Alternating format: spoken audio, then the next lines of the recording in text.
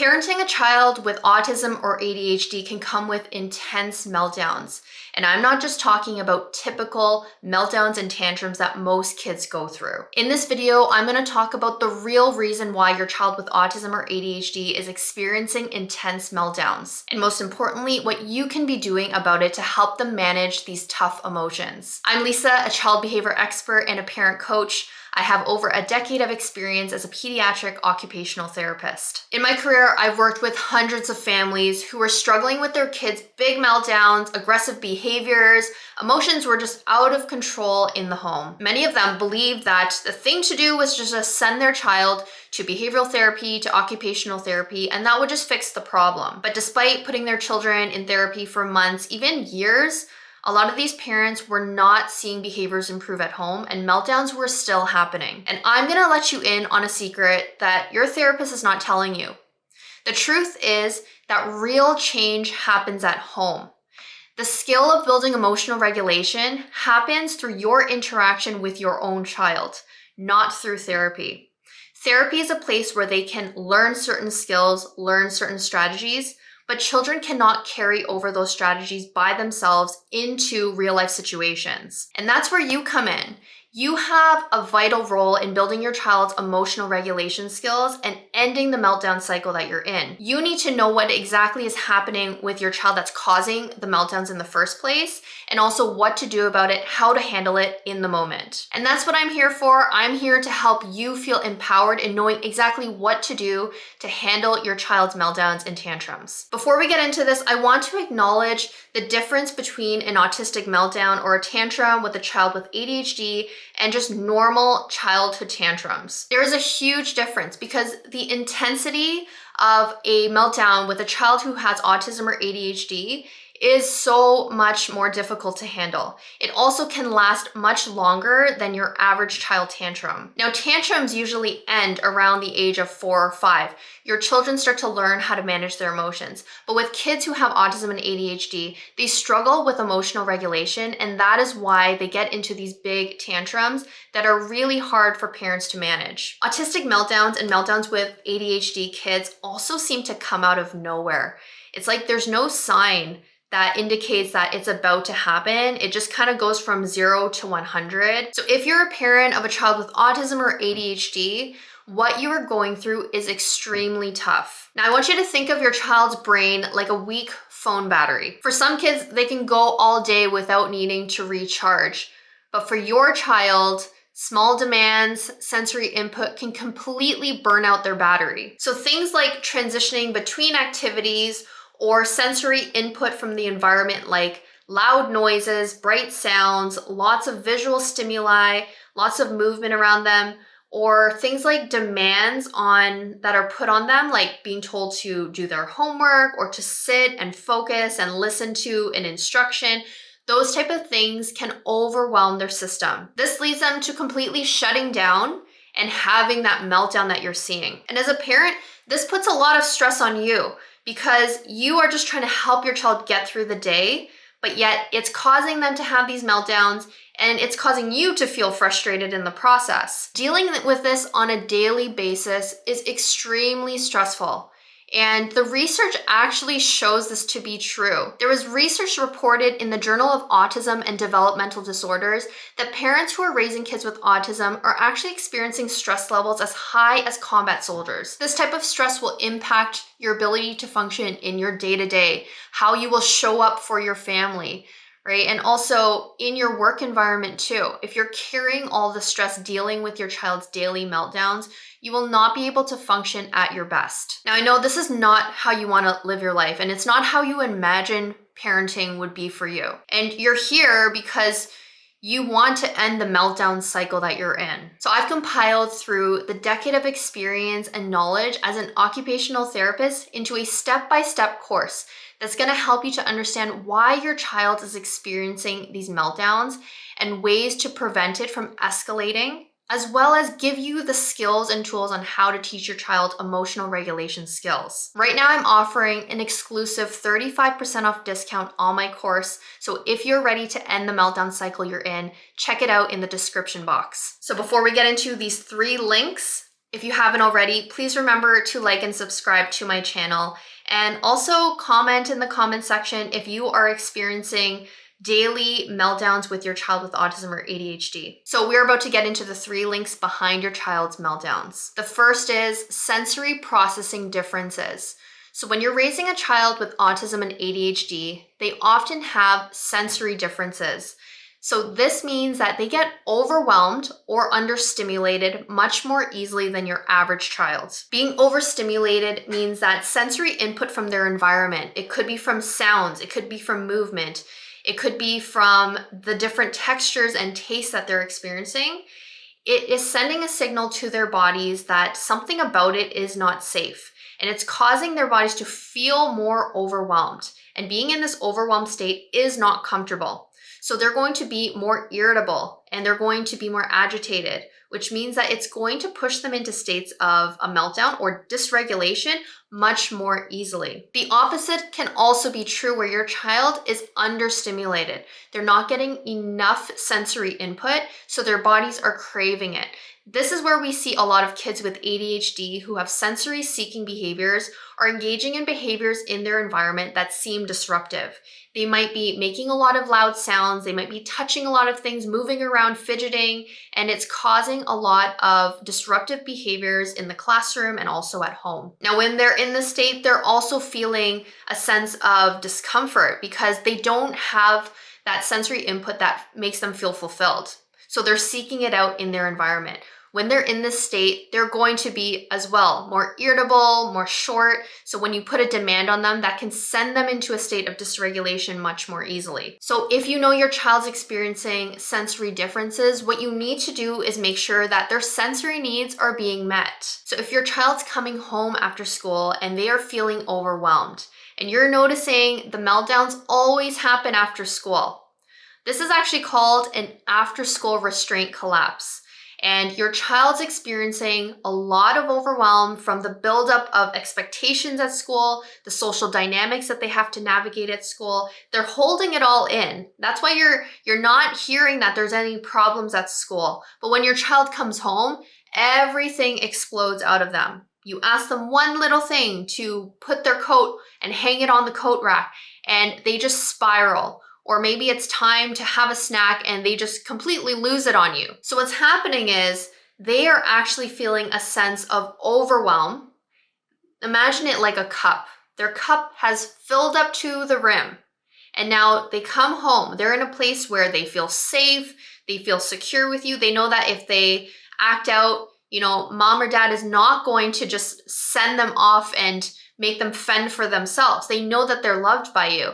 So they're going to let everything that they're holding in out. This actually gives a really nice confirmation for yourself that if your child is doing this, that means that they do feel safe around you. And that's exactly what we want our kids to feel.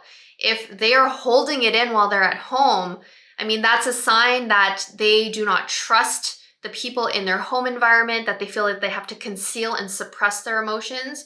And that is not healthy either. So if they are showcasing all of these emotions, it is a sign that they do feel secure around you. But that doesn't mean that we just let them explode and that there's nothing we can do, because obviously this is very stressful for you as a parent to have to experience. So what your child really needs in this moment is a calming sensory diet.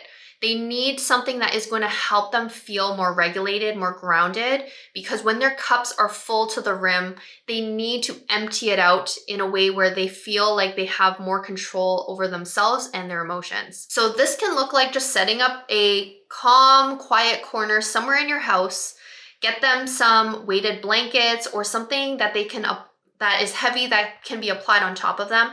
That's going to give them a deep pressure, also known as proprioceptive input. And this is a very calming sensory input that their bodies are craving for, that's going to help them to feel more calm and relaxed. Another idea is to just dim out the lights, because if they've been at school all day, there were fluorescent lights and there was lots of sounds. So dimming the lights and making sure your home environment is quiet, maybe even setting up a nice sound machine that has waterfall sounds or just white noise, that can be a really calming way for them to feel more regulated. Now, your child might be the opposite, where they are understimulated and they're seeking for input.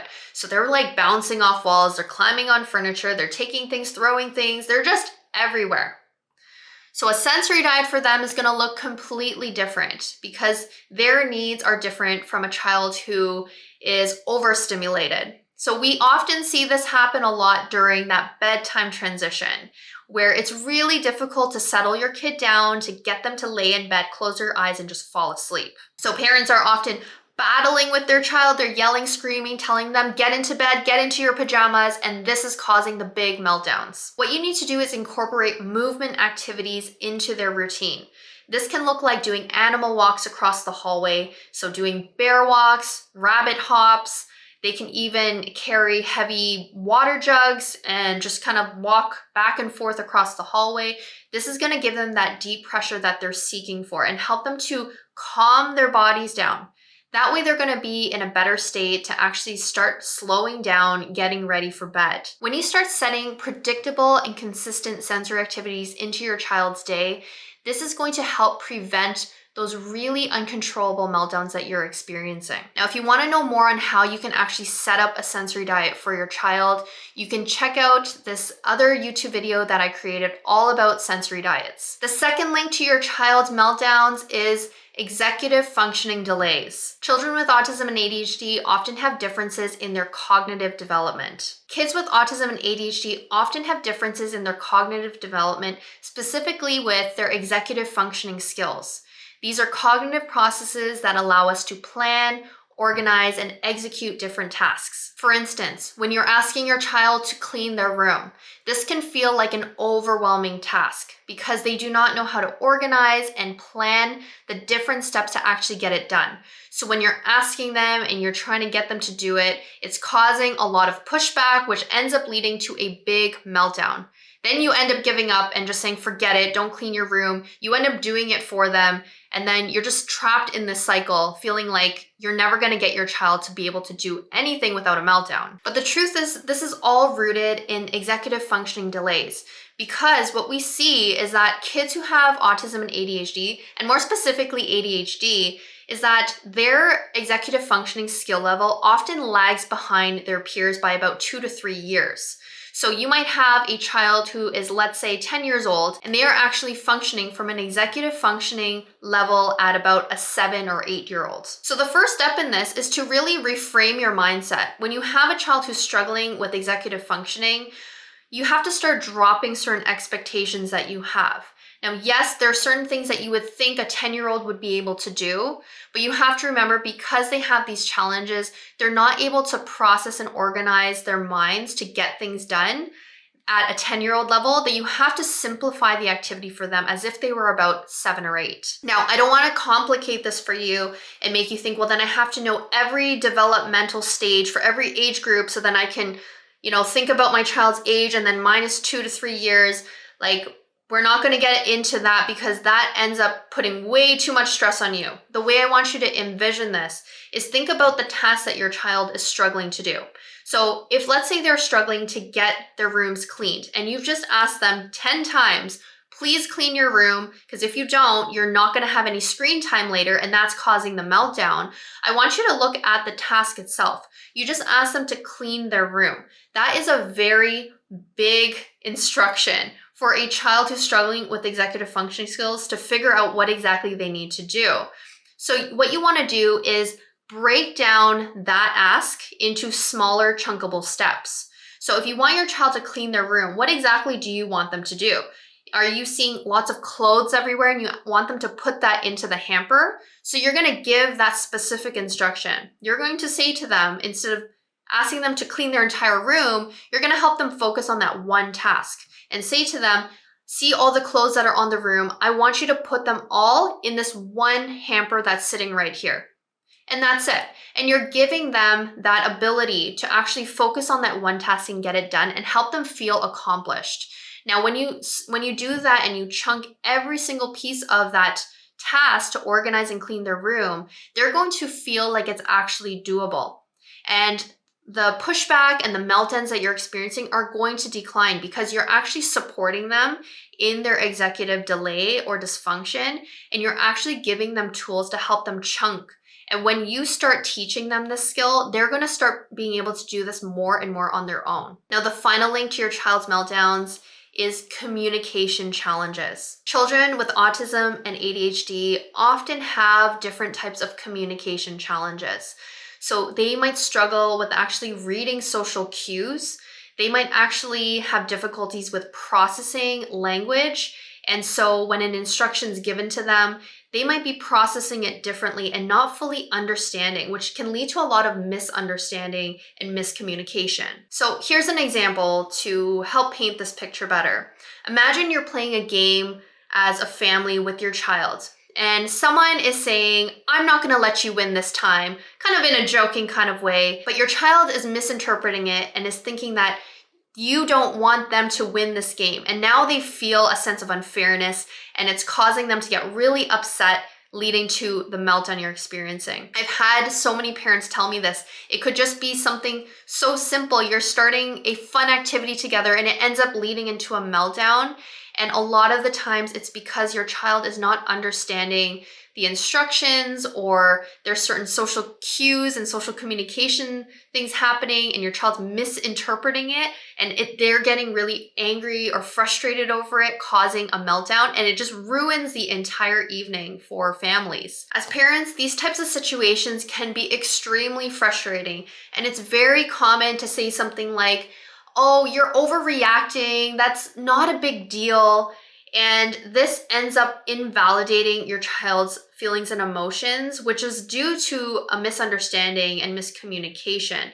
So that ends up making them feel so isolated and so alone in that feeling. Instead, start to recognize how your child might have interpreted that situation and help to validate the emotions that they're feeling in that moment, because they are feeling frustrated. And if we dismiss it by saying it's not a big deal, it actually pushes them further and further away and creates more of a wedge. And when you do end up validating their feelings, what that really does, it helps them to de-escalate, because they actually feel seen and heard, that you actually understand that they're feeling that way. And it kind of opens this door of better communication.